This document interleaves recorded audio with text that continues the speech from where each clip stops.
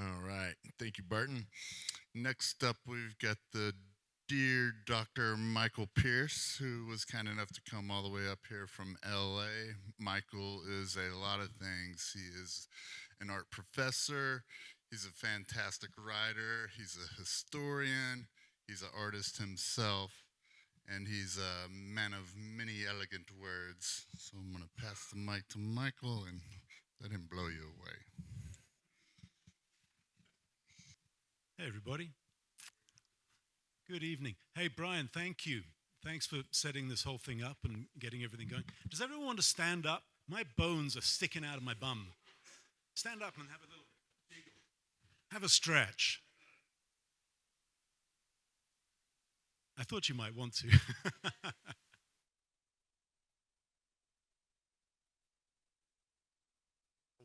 Easy, Tiger.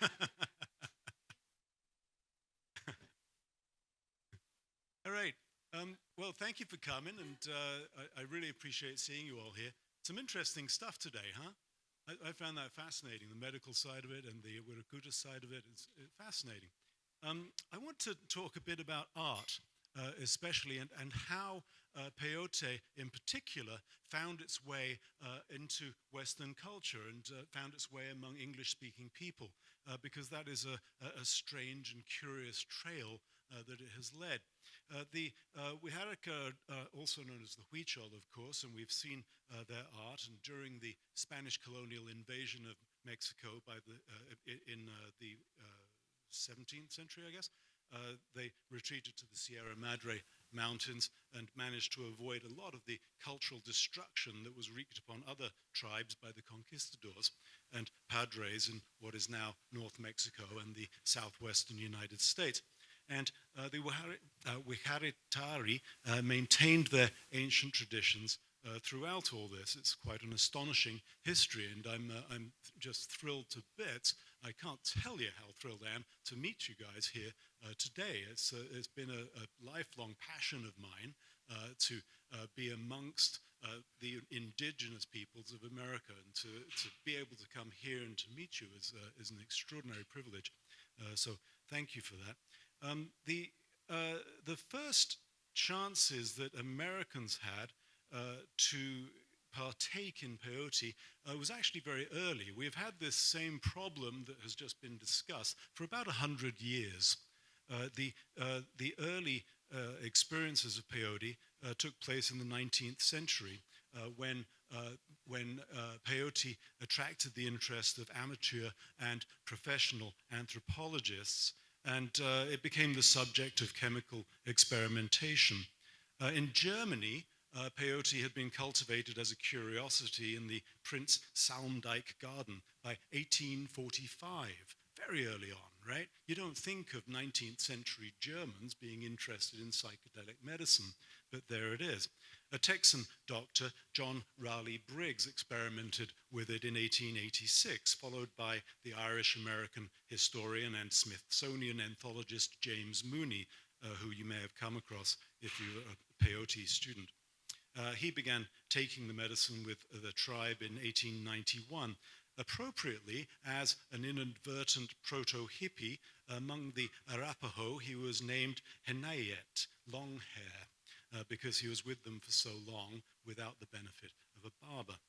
The Kiowa had been forcibly settled in Indian Territory, now Oklahoma, far from the range of peyote's natural habitat in the desert, along and below the Rio Grande, where the Kiowa had originated before the arrival of horses, and this new mode of transportation spurred their migration to the northern plains. And although the reservation in Oklahoma was far from peyote's natural range along the river, peyote buttons were brought to them by traders, and they became an integral part of the new religion, which spread throughout the nations during the second half of the 19th century. Now, at this point, a parallel story, here is Mooney, by the way. At this point, a parallel story begins in the emergence of peyote and mescaline in Germany. The Norwegian anthropologist Carl Lumholtz, who is this chap here on his mule, exploring the mountains of the northern Mexican ranges, lived with the Tarahumara and Wixárika people first using peyote in 1892 and writing a seminal account of these native Mexican cultures. And 5 years later, the German chemist Arthur Hefter identified the psychoactive protoalkaloid in peyote buttons and isolated the compound and named it mescaline. And this is obviously very similar to LSD in its hallucinogenic effects on human consciousness. Meanwhile, back in America, Mooney returned to Washington in the fall of 1894, bringing 50 pounds of peyote with him, which he shared between Doctors Daniel Prentice and F.P. Morgan at Columbia University and Harvey Wiley at the U.S. Department of Agriculture's Bureau of Chemistry. And this is the beginning of that deep divide between Native American practices, medicinal practices, which are religious in their origin, and the new kind of capitalist medicinal approach to the medicines that we have learned of in the last couple of talks. Wiley passed his supply on to Irwin Ewell, who was one of the busy research laboratory chemists, and asked him to analyze them and to break them down. Prentice sent some buttons to the famed American father of neurology, the Scottish-American Dr. Silas Weir Mitchell, very famous man.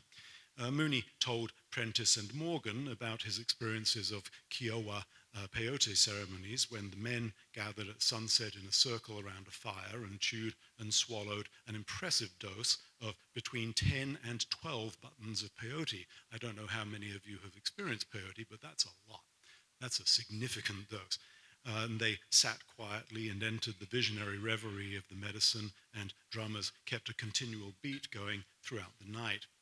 Months passed and nothing happened with the study. Mooney got annoyed and complained to a colleague in a letter of March the 9th of 1895. He said, quote, "It appears that the analysis begun last August is still unfinished, while the only experimental test so far made is that made by Mr. Mitchell himself by eating it on 2 occasions. This does not look like a systematic way to conduct a government investigation. I've heard nothing from the Bureau, the Agricultural Department, or Dr. Prentice on the subject. As this is a medical subject and the subject of religious and governmental threats and penalties, we cannot afford to be careless in handling it." And that's the end of that quote. He probably didn't say it with an English accent.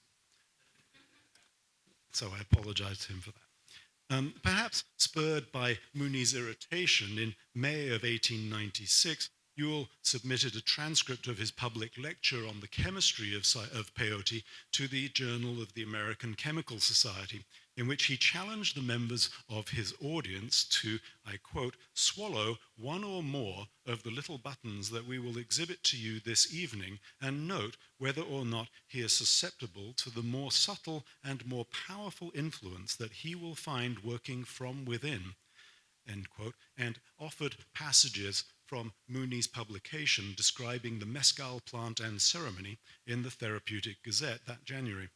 Peyote was beginning to make its entry into the public sphere.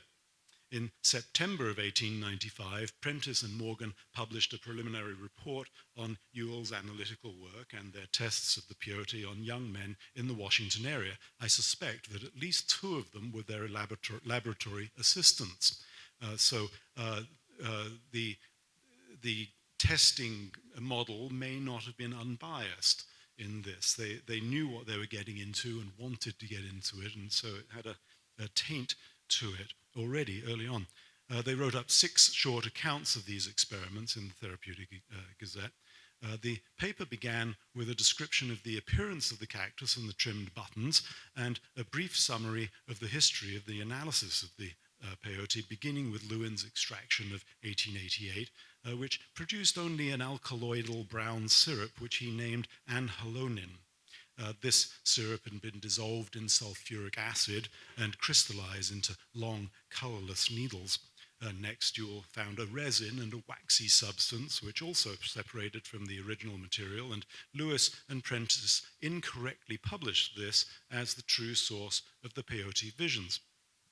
Now, Ewell had heard Mooney's stories about Native American peyote rituals and enthusiastically took home and ate the cacti in his own time outside the laboratory, watched by one of his lab mates. And he wrote his account of it. He said, "On closing my eyes, I could see all sorts of designs in brilliant and ever-changing colors. These visions were so pleasing that I at once decided to continue the experiment, and I placed the fourth and a fifth part of the button in my mouth. Then followed a train of delightful visions, such as no human being ever enjoyed under normal conditions." End quote. And he discovered that he had some control over the visions and deliberately thought about the images he had seen in impresario Imre Kiralfi's America. And I've managed to find one of the images from America. This is the theatrical and dramatic display that he had witnessed at the Chicago World's Fair. He'd seen it 2 years before. In which a lavishly costumed cast performed dramas of the history of the United States, while an orchestra played and a ballet was performed before impressive tableaus of scenography. The visions thus inspired by thinking about this dramatic festival led him to intense gratification and uncontainable expressions of delight. Recorded by his friend. He continued, I quote, I truly thought that I had experienced great pleasure upon many previous occasions, but the experience of this night was one quite unique in this regard in the history of a lifetime," end quote.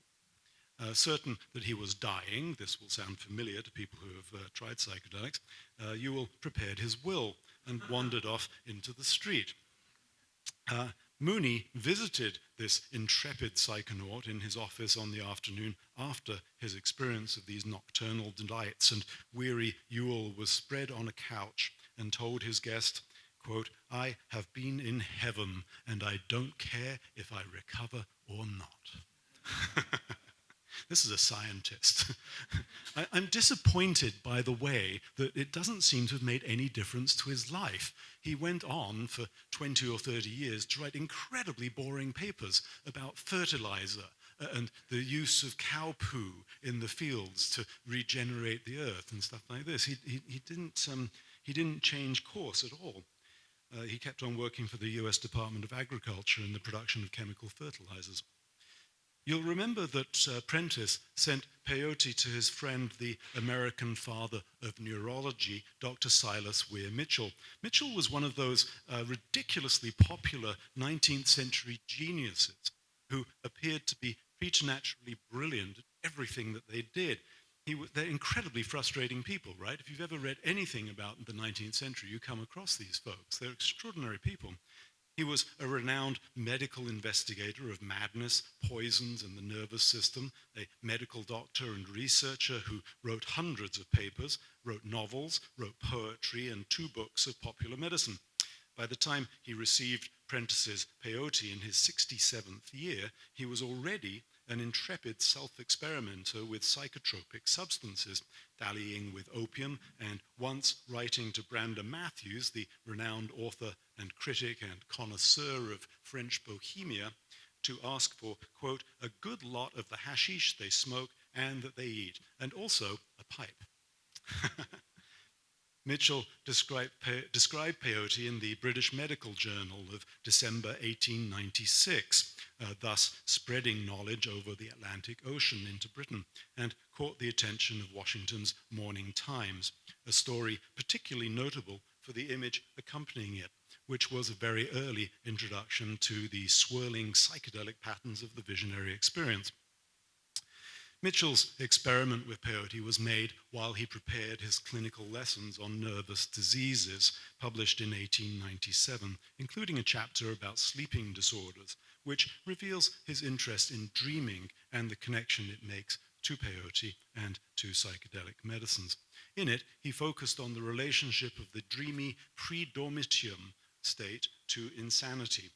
Quote, "It has long been known to alienists," wrote Mitchell, "that the pre-dormitium is apt to be invaded by hallucinations in those who are becoming disturbed in mind," end quote.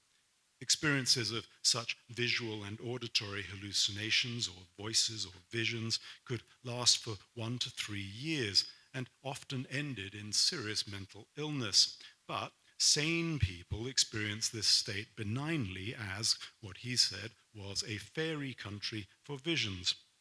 Mitchell commented that children were often able to control their pre-dormitium visions and that he had directed his own when he was a boy.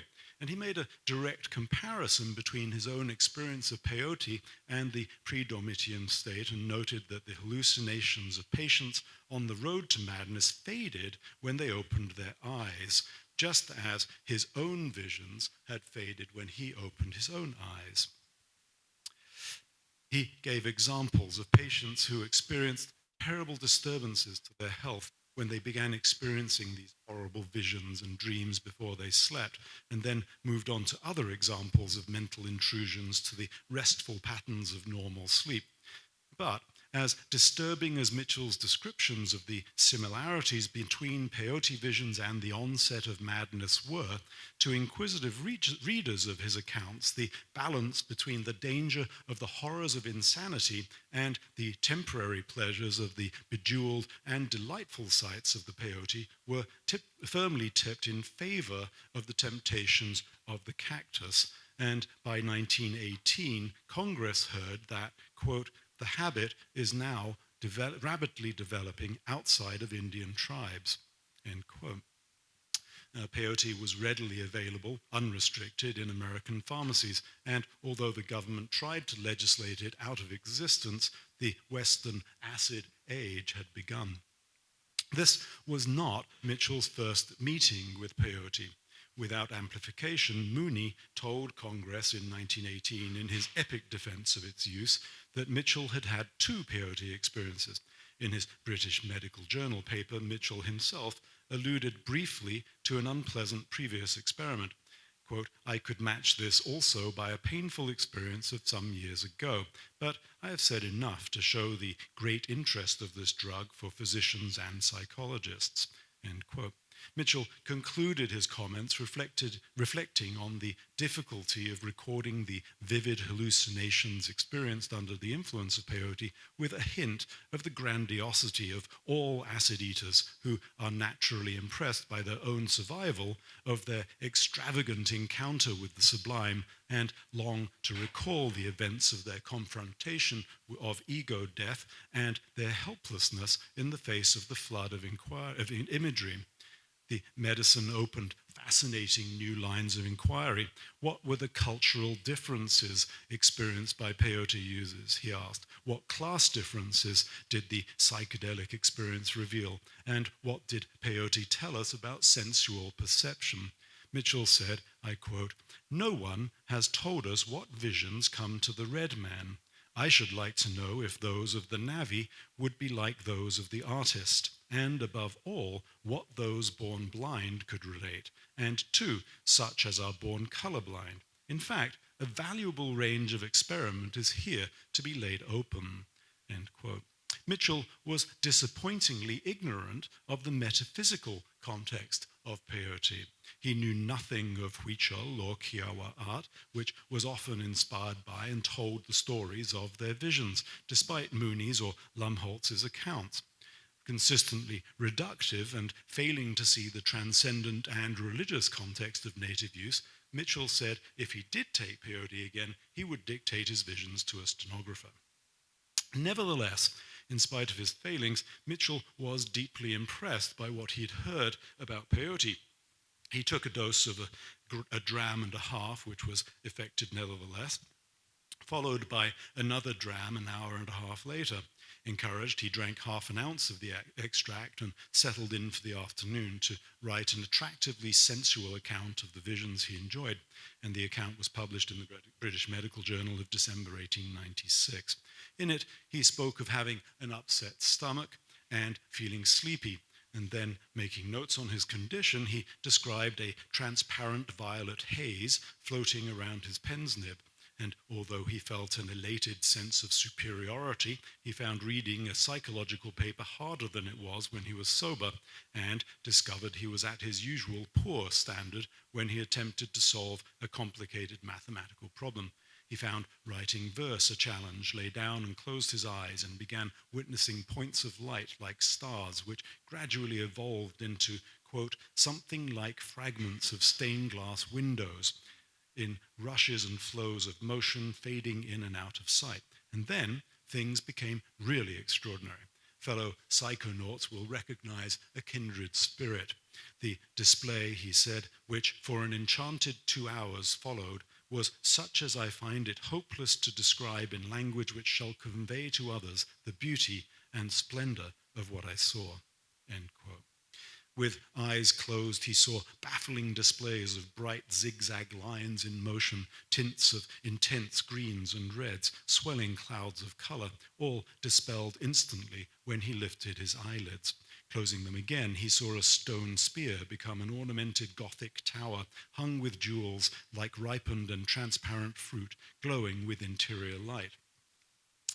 As the power of the alkaloid over him waned, Mitchell drifted between sleep and wakefulness. He was unsure whether or not he found himself in a state resembling the predormitium, which happens just before a sleeper drops into complete unconsciousness and has partial control of their dreams.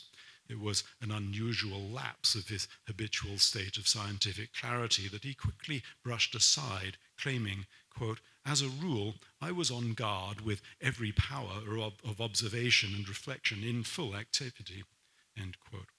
His most impressive vision was a huge cliff hanging over a deep void gripped by a huge stone bird claw.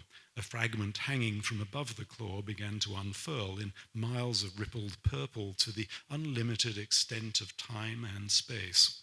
Golden clouds floated from the purple, and green birds fluttered down into the emptiness. He said he was unable to suggest imagery, although when he wondered why there were no opals, there soon appeared huge fluid opals. He couldn't conjure any human forms into being met instead by 100-foot-long worm pinned to the wall and rotating like a Catherine wheel, and 2 little dwarfs made of leather who sat on a bench blowing through long pipes of living green glass. His final vision was an image of Newport Beach, but, quote, on this, with a great noise which lasted but a moment, rolled in out of darkness, wave on wave. These, as they came, were liquid splendors, huge and threatening, of wonderfully pure green or red or deep purple, once only deep orange, and with no trace of foam. These water hills of color broke on the beach with myriads of lights of the same tint as the wave. This lasted some time, and while it did so, I got back to more distinct consciousness and wished the beautiful terror of these huge mounds of color would continue. End quote. Now, Mitchell's description of his mescal use was reported almost immediately by an opportunistic writer for the Philadelphia Inquirer in January of 1897, who luridly declared on the front page of the weekend supplement, right here, a new vice has sprung up among the people, a vice more fascinating than the dreaded needle of the morphine fiend, more intoxicating than the fumes of the opium pipe, and more frightful in its effect than any narcotic known to the civilized world. This has to be read in that kind of voice, doesn't it? You know what I mean? It's like the voice of Flash Gordon or something. The vice is young, the scourge has taken root, and it was in the hope of checking the growth of this blasting curse that induced Professor Weir Mitchell to risk all and pass through such temptations as only the strongest, most fearless man dare. End quote. Heroic, Mitchell had felt physically strong, climbing the stairs of his home 2 at a time without any sense of physical exertion. The writer said this was the symptom that made peyote intoxication a curse. The user, who was the victim, according to the paper, did not know he was intoxicated, enjoying the pleasures of the visions while convinced that he was more capable of managing the daily routines of life and feeling elated in his awareness of his false prowess. The writer contributed his own fanciful additions to Mitchell's description, claiming, quote, "The first figures in human form to appear are usually long white-robed ones, which only disappear with the production of artificial light," end quote, clearly making a perfunctory misunderstanding of Mitchell's paper, which compared the peyote visions he had seen with the account of one of his psychiatric patients who suffered from repeated hallucinations of robed figures while enduring savage attacks of megrim or migraine, accompanied by vivid images of open-eyed flashing trellises of silver covered with vines and flowers and brightly colored geometrical patterns and intertwined circles, faces, and dematerializing spiders. Inventing dangers, the Inquirer writer maintained, quote, "The doctor had been informed that 2 mescal buttons swallowed at the same time would produce an effect so powerful that it could not be shaken off for months, perhaps years," end quote. This was complete invention.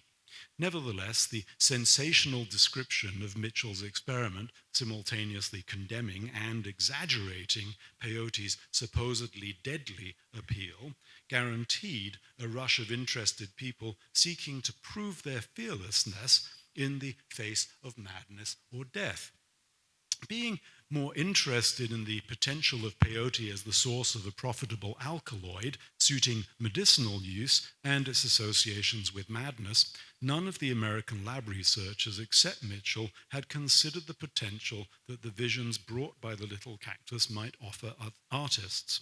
Despite its sensationalism and lazy reporting, the Morning Times story was particularly notable for the illustration, an image created by an anonymous draftsman depicting Mitchell's experience. But, in fact, the first Anglo-American psychedelic art had appeared in 1895, 2 years before this story was printed. Augustus Knapp's visionary paintings in John Uri Lloyd's strange novel Etidorpa had introduced America to pictures inspired by psychedelic mushrooms, but now the first association was between Western art and peyote was made. The Morning Times picture was the first piece of art specifically illustrating the peyote experience published in an American newspaper. I want to show you a couple more of the illustrations from Etidorpa, though, before I return to the picture. These are John Augustus Knapp's work. He was a fascinating artist. I could speak for at least an hour or two about this guy, and one day perhaps we'll do that up here, Brian, because he's really an extraordinary character, and the illustrations are just remarkable. Look at these things. They're superb. Here, the hero is in the caverns, and he meets this strange alien person, and who gives him the juice of mushrooms to enjoy. And he wanders through a forest of oversized mushrooms. Here's the illustration from the newspaper. In it, Mitchell reclines comfortably, but his hand tightly grips the wooden arm of his arts and crafts chair as he enjoys his hallucinations. With glasses and a small bottle on an occasional table within easy reach from the chair, and around him, in the darkness of his chamber, floating spheres, geometric forms, the strange dwarves that the writer made there, and borrowed from his patient's hallucinations, feminine figures in the richness and flow of diaphanous dresses spilling into the foreground and devolving into formless folds.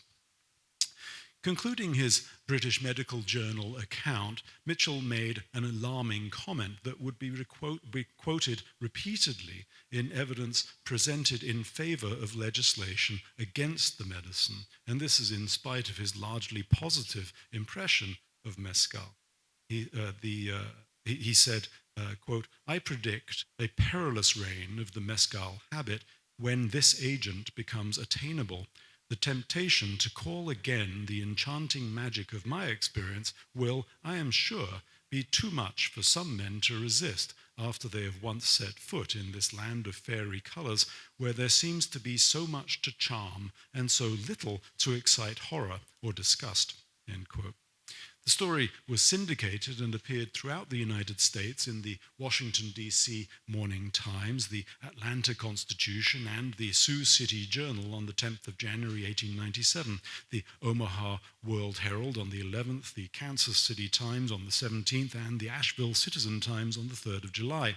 And with such broad dissemination, it was unsurprising that Mitchell's critical comment appeared again out of context in another syndicated newspaper story in 1916, when the US federal government began their campaign to eradicate the peyote cult spreading among Native American tribes and to legislate against its distribution to Anglo-Americans. And although Mitchell had died in January of 1914, his words haunted Mooney when he gave testimony defending the use of peyote before Congress during the anti-peyote hearings of 1918, and the warning was remembered and quoted 8 times during the sessions, including Mitchell's entire British Medical Journal account. After the sessions ended, the quote continued to appear in stories hostile to native use of peyote and calling for it to be forbidden. Although Mitchell's comment about the perilous reign of mescal was used repeatedly to build a case preventing both Indians and inquisitive Americans from using it, he seemed to have come away from his own experience with a favorable, if slightly disappointed, impression. In his novel Dr. North and Friends, published in 1900, he wrote in the voice of a first-person narrator, quote, "We of the West know as yet of no drug which makes men better. Alcohol, opium, chloral, and worse than these, cocaine and hashish, all ruin the morals of men and make them cruel, brutal, sensual, liars, and sometimes insane. Why there may not be some drugs which do the reverse, I cannot see.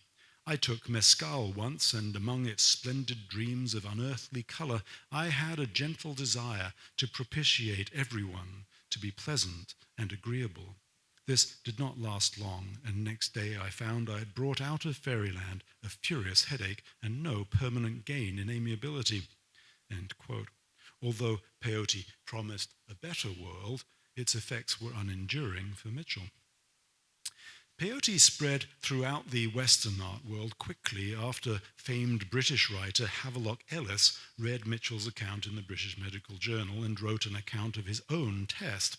Unlike Mitchell, who was employed by the US government and bound by the conventions of the laboratory, Ellis was a 38-year-old disengaged bisexual, comfortably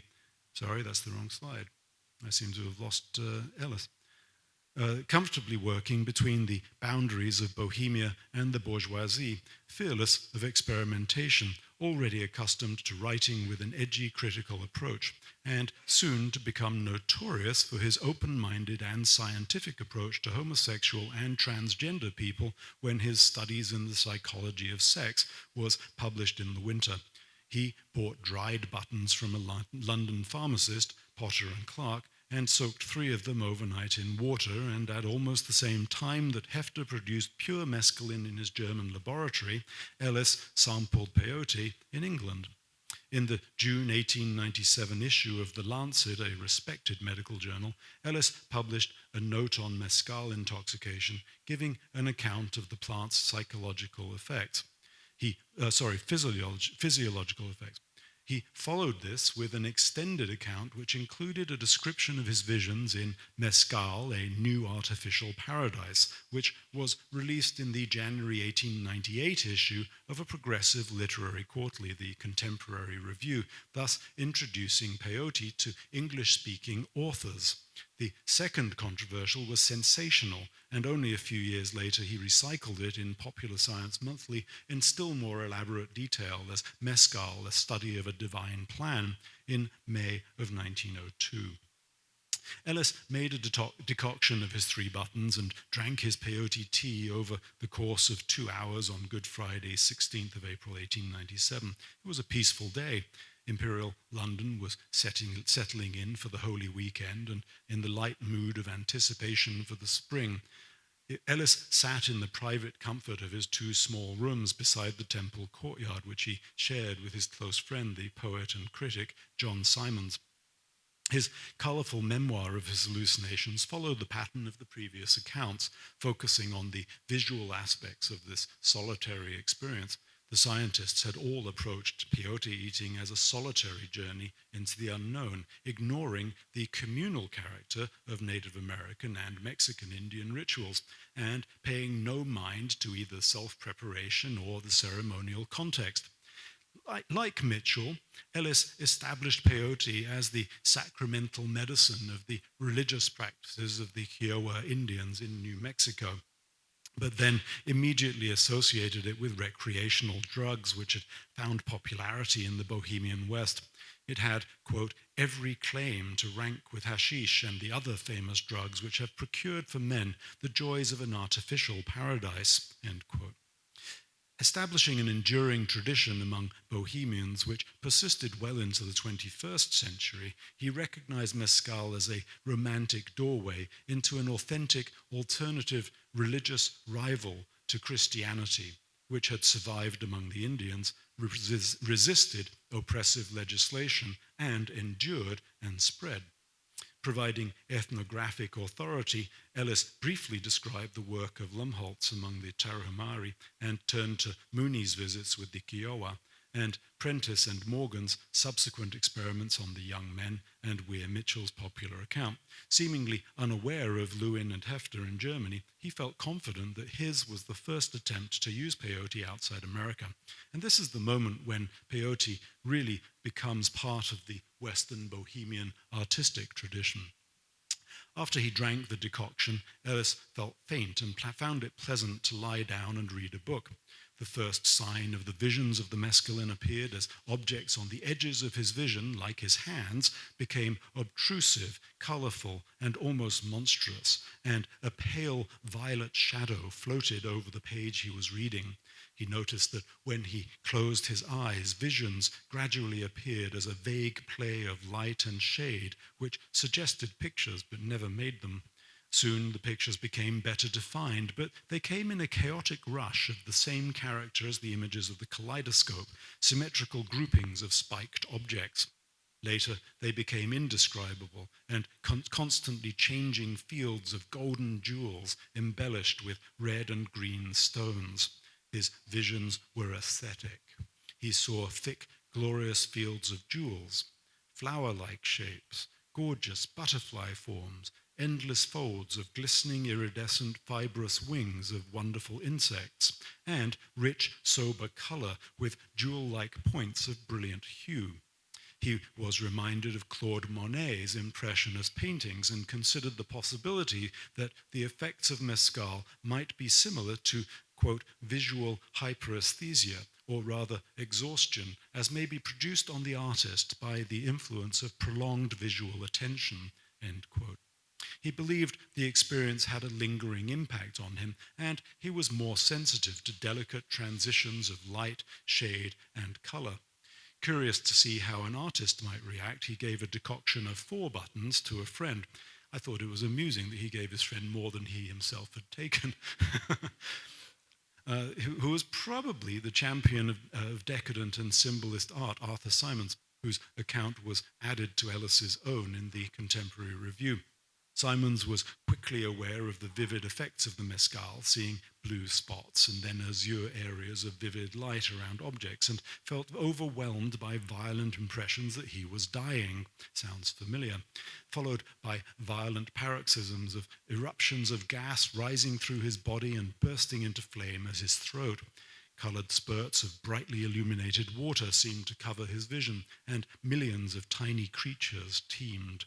The light was intensely painful, and he closed his eyes and witnessed hallucinations of his clothing becoming a medieval costume of sable and braid, his arm detached from his body, and when he ate a biscuit, it lit up in blue flames which enveloped the whole right side of his body in, quote, a sight of wonderful beauty. End quote. As he ate, the inside of his mouth shone with cerulean light, brighter than the blue grotto at Capri. His skin became thin, and he found himself looking out at the room from within his own cheek. The hallucinatory visions abruptly finished, and he drifted into a sleep frequently disturbed by a series of grotesque images which, quote, might have been from the dreams of Baudelaire or an Aubrey Beardsley. I would see figures with prodigious limbs, or strangely dwarfed or curtailed, or impossible combinations such as 5 or 6 fish, the colour of canaries, floating about in the air in a gold wire cage, end quote. Still keen to share peyote with other bohemians, Ellis gave it to 2 poets, the first probably W.B. Yeats, who Ellis described as interested in mystical matters, an excellent subject for visions, and very familiar with various vision-producing drugs and processes, although he had a weak heart and was disturbed by the effect mescal had on his breathing and preferred hashish. Yeats was a member of a secret magical organization, the Hermetic Order of the Golden Dawn, and perhaps introduced peyote to other members of the group, which included important occultists Aleister Crowley, Samuel Mathers, Arthur Waite, and Penelope Coleman Smith, all of them involved in the creation of popular tarot cards, which spread rapidly among bohemians. The second of Ellis's friends took a small dose of only 2 buttons, but witnessed a splendid display of fantastic hallucinations and wrote, quote, I have never seen a succession of absolutely pictorial visions with such precision and such unaccountability. It seemed as if a series of dissolving views were carried swiftly before me, all going from right to left, none corresponding with any seen reality. For instance, I saw the most delightful dragons puffing out their breath straight in front of them like rigid lines of steam and balancing white balls at the end of their breath. End quote. Later in the evening, he walked beside the river, the Thames, and became fascinated by an electric sign advertising Bovril on the opposite bank. And a trio of 2 girls and a man walked past, and as they passed beneath the tree, he envisioned them as a painting by Albert Moore, the sensual neoclassicist who had died tragically in the autumn of 1893. After these experiments, Ellis tried peyote on himself again. He was really keen, and this time played with the effect the medicine had on his experience of music. A friend played the piano, and before being told the name of each tune, Ellis enjoyed the effect it had on his visions, which seemed to harmonize with the music, and described what he saw as each piece was played. Schumann's Waldszenen and the Kinderszenen seemed to be especially evocative, and the prophet bird called up, quote, vividly a sense of atmosphere and of brilliant feathery bird-like forms passing to and fro. A flower piece provoked constant and persistent images of vegetation, while Scheherazade produced an effect of floating white raiment covered by glittering spangles and jewels, end quote.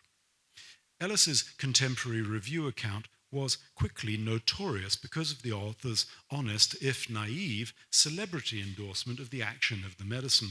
In his concluding paragraphs, he wrote about his experience with clarity. Quote, mescal intoxication may be described as chiefly a saturnalia of the specific senses, and above all, an orgy of vision. It reveals an optical fairyland where all the senses now and again join the play, but the mind itself remains a self-possessed spectator. The mescal drinker remains calm and collected amid the sensory turmoil around him. His judgment is as clear as in the normal state. He falls into no oriental condition of vague and voluptuous reverie. The reason why mescal is of all this class of drugs the most purely intellectual is its appeal is evidently because it affects mainly the most intellectual of the senses. On this ground, it is not probable that its use will easily develop into a habit. Moreover, unlike most other intoxicants, it seems to have no special affinity for a disordered and unbalanced nervous system. On the contrary, it demands organic soundness and good health for the complete manifestation of its virtues. Further, unlike the other chief substances to which it may be compared, mezcal does not wholly carry us away from the actual world or plunge us into oblivion. A large part of its charm lies in the halo of beauty which it casts around the simplest and commonest things. End quote. Mezcal fit perfectly with the priorities of late 19th century reform. Ellis continued, quote, "It is the most democratic of the plants which lead men to an artificial paradise," end quote. Further popularizing the spell of the psychedelic cactus as a rite of passage for artistic bohemians, Ellis declared that Wordsworth, then undergoing an impressive surge of neo-romantic popularity, could not be properly appreciated by a person who had not been under the influence of mezcal. He ended with an affirmation of its value, concluding, quote, "It may at least be claimed that for a healthy person to be once or twice admitted to the rites of mezcal is not only an unforgettable delight, but an educational influence of no mean value," end quote. Newspapers throughout the English-speaking world carried his comments. In Georgia, it ran in the Savannah Morning News under a header reading "The Magic Power of Mezcal." German speakers in Mississippi read about the article in translation in the Mississippi Blatter. Spreading far afield among the English-speaking world, the story was syndicated even in Australia and New Zealand, describing Ellis and his friends' experiments, like one printed in the Kiwi Timaru Herald, whose reviewer wrote, quote, "In the Contemporary Review is a somewhat dangerous suggestion by Mr. Havelock Ellis that we might find an escape from the miseries of this wicked world by taking to a new intoxicant of the name of mezcal, which is imported from Mexico, and which seems to have a very extraordinary excellence in opening up to man an artificial paradise of color." And this article offered a lengthy quote from Ellis's writing. A staff writer at the Christchurch Press said, quote, "They claim for it that, as far as they know, it is one of the safest of all the vision-producing agencies, providing the experimentalist is in robust health," end quote. And both the Press and the Australian The Age reported the story beneath a header reading "A New Nepenthe," making a literary allusion to Homer's Odyssey, which described the mysterious Egyptian herb Nepenthe, which Helen, the daughter of Zeus, threw into the wine at a banquet. In his account of the myth and delight of this feast, Homer wrote, quote, "Then Jove's daughter Helen bethought her of another matter. She drugged the wine with an herb that banishes all care, sorrow, and ill humor. Whoever drinks wine thus drugged cannot shed a single tear throughout the rest of the day, not even though his father and mother, both of them, drop down dead, or he sees a brother or son hewn in pieces before his very eyes. This drug of such sovereign power and virtue had been given to Helen by Polydamna, wife of Thon, a woman of Egypt, where there grow all sorts of herbs, some good to put into the mixing bowl and others poisonous. Moreover, everyone in the whole country is a skilled physician, for they are of the race of Paeon." End quote. In London, the article caused controversy and the elitism of class distinction. In February, a British medical journal correspondent wrote, quote, "We cannot in fact congratulate him on his first appearance as a bird of paradise," end quote. Ellis had eulogized the drug, and although as a licentiate of the Society of Apothecaries, he had the gentlemanly self-control not to enter into excess, peyote was a danger to the less cautious and undisciplined public, who should be shepherded away from indulgence by the responsible and educated elite. Hadn't the artist and the poet been frightened by the symptoms it had caused? Ellis was, quote, "putting temptation before that section of the public which is always in search of a new sensation," end quote, and this temptation was given a further glow of attraction by his claim that its use would not become habitual. The writer even concluded with an outright lie. He said, quote, "It is at least unfortunate that Mr. Ellis should see fit to extol a drug the use of which has been suppressed by law in America, where its sale or purchase is subject to heavy penalties. We rather fear that Mr. Ellis, instead of being the discoverer of a new paradise, has only shown the way to a new inferno." End quote. Actually, the first state laws banning peyote were passed in 1917. All of these accounts were important elements in the alembic of the development of visionary and psychedelic art in English-speaking countries, because they described the psychedelic experience in an entirely Western context, mostly stripped of the rites and veneration of native religions. But Ellis must be credited for its appearance among European artists. The name he chose for his account was Mescal, a New Artificial Paradise, honoring the title of Charles Baudelaire's 1860 book Les Paradis Artificiels, which described and criticized the effects of eating hash and smoking opium compared to the intoxication of wine. Baudelaire's bohemian credentials were impeccable, and Ellis's appropriation of his fame lent his writing some underground celebrity. Consequently, despite Baudelaire's preference for booze, Ellis's trip was received with the liminal context of bohemian pleasure. He had immediately shared the experience with an artist and the poets, and rumors of their visions spread quickly among people interested in imagination. The criticisms published in the staid and respectable British Medical Journal did little to slow the broad distribution of his comments praising peyote, and the status Ellis, Simons, and Yeats held as the leaders of bohemian free thought guaranteed its adoption into the artistic spheres of the last decade of the 19th century. Word spread fast among progressive youth, and mescal was solidly established within bohemian London. The subject was still controversial in July of 1913 when an apothecary named Bernard Smith, who has no other fame whatsoever, wrote to the British Medical Journal claiming he had taken peyote with Ellis, but found it had no effect on him. Perhaps hungry for notoriety, Smith explained he had taken it again and described a second failure of the medicine to have any visionary effect on him whatsoever during this second self-experiment, which only gave him a feeling of ease and a slight headache, which, accompanied by, quote, a sense of egotistical concentration, together with a delightful feeling of irresponsibility towards one's surroundings, succeeded and lasted in all 11 hours, end quote. Positioning his adventure within the artistic and esoteric spheres of bohemian London, interestingly, Smith described preparing for this experience by acting, quote, on the advice of a literary acquaintance, a latter-day magician well known in the West End of London, who claims to have administered this form of the drug to hundreds of his clients. I do not know which kind of magician he means. Does he mean a Golden Dawn magician or a sleight of hand magician? It's curious. Nevertheless, it's established in Bohemian's underground circles.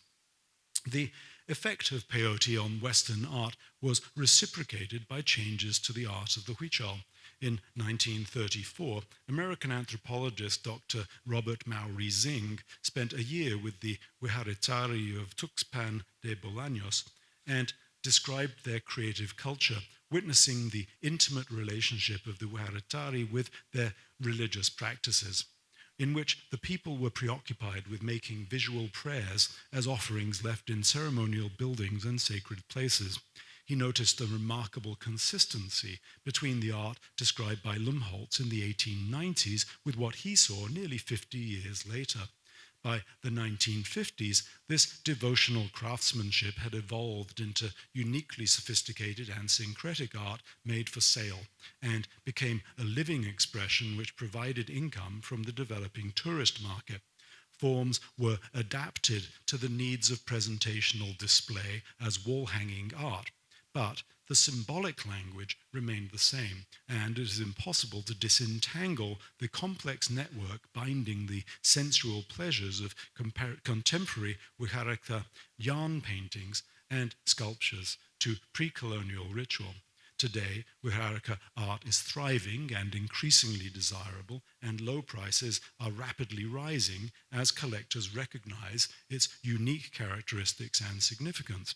today we are witnesses to a moment of transformation as Huichol art responds to Western art, and mezcal weaves its way into our collective consciousness through the complex tapestry binding our cultures together. Thank you.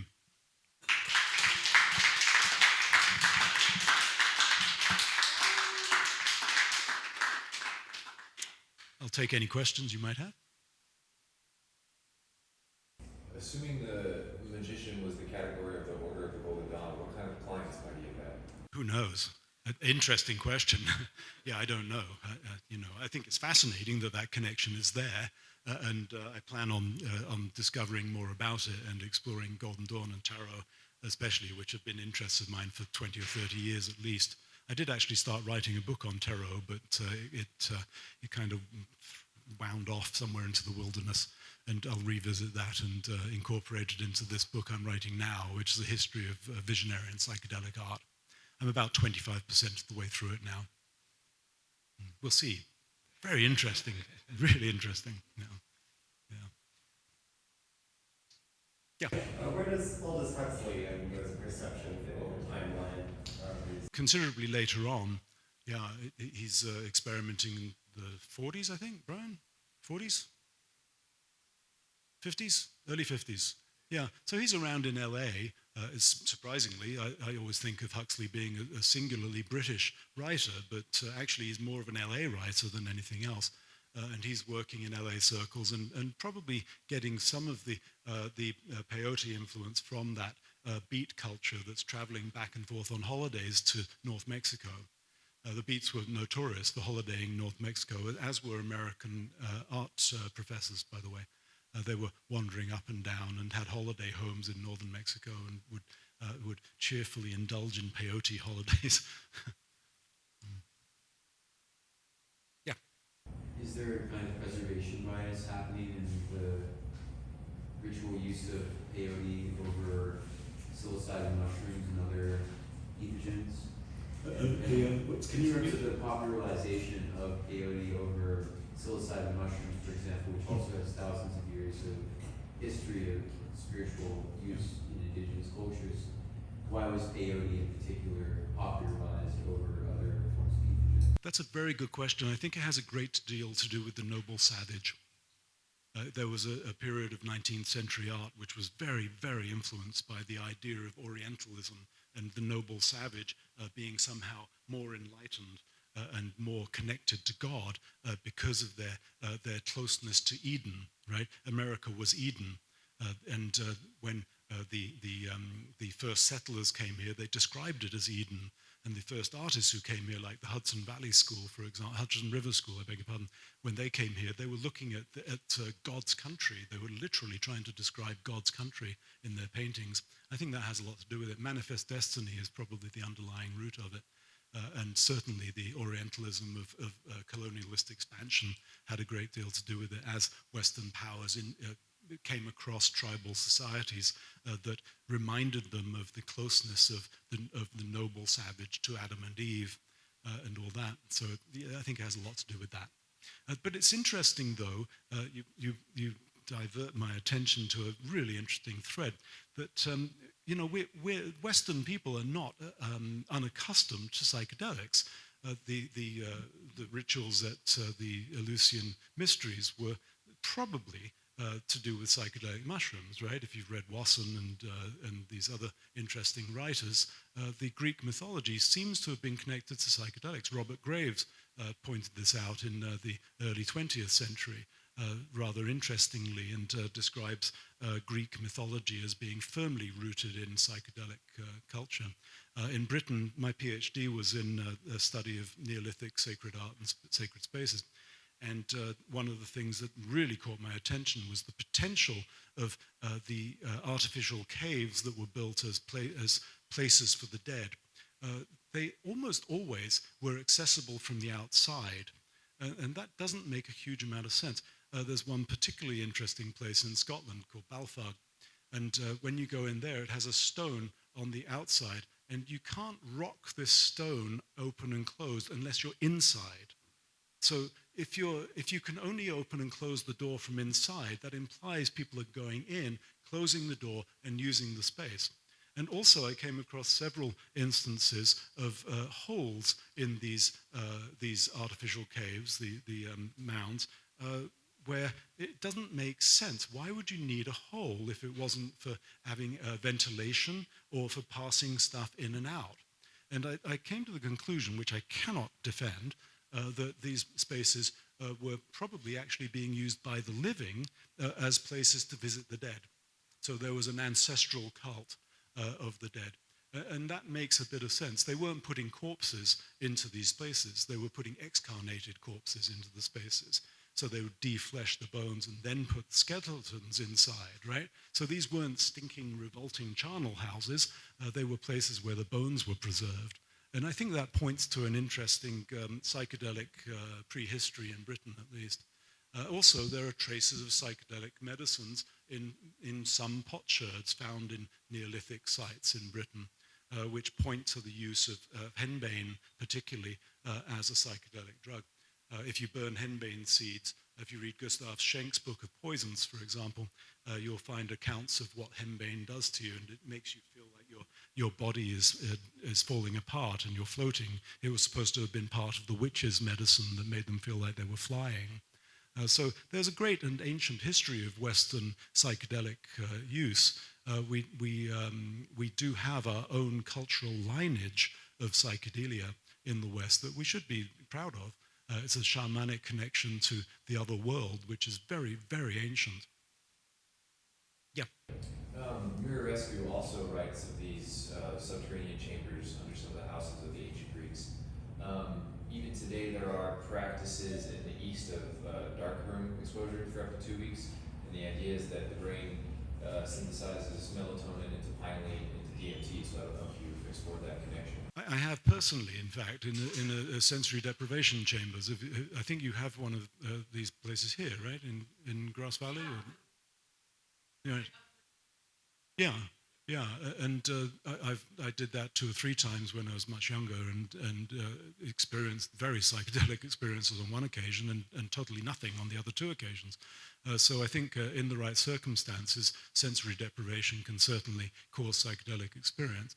And I wouldn't doubt that people were experiencing those kinds of thing by exclusion of the natural world and limitation of the senses in these chambers. I think it's very interesting that many of the artificial mounds of the British Neolithic are circular. It's a womb, right? You're entering a circle that continues into the earth. If the upper half of the circle is above the ground, then the circle continues underground and you go in, so you're in the center of the circle right there. I think it's fascinating.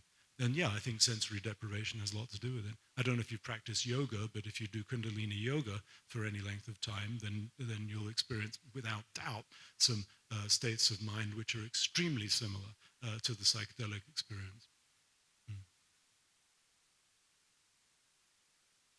Any more questions? Okay, Brian, over to you. Thank you, everybody.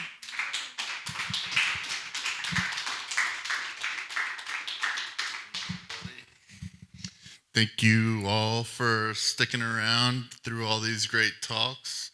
Now we're gonna shift the focus. We're gonna move the speakers over next door, and we got some live music going on over there, some food and some drinks with our friends LaGuira out in the parking lot, as well as a new body of work from the Wirikuta tribe.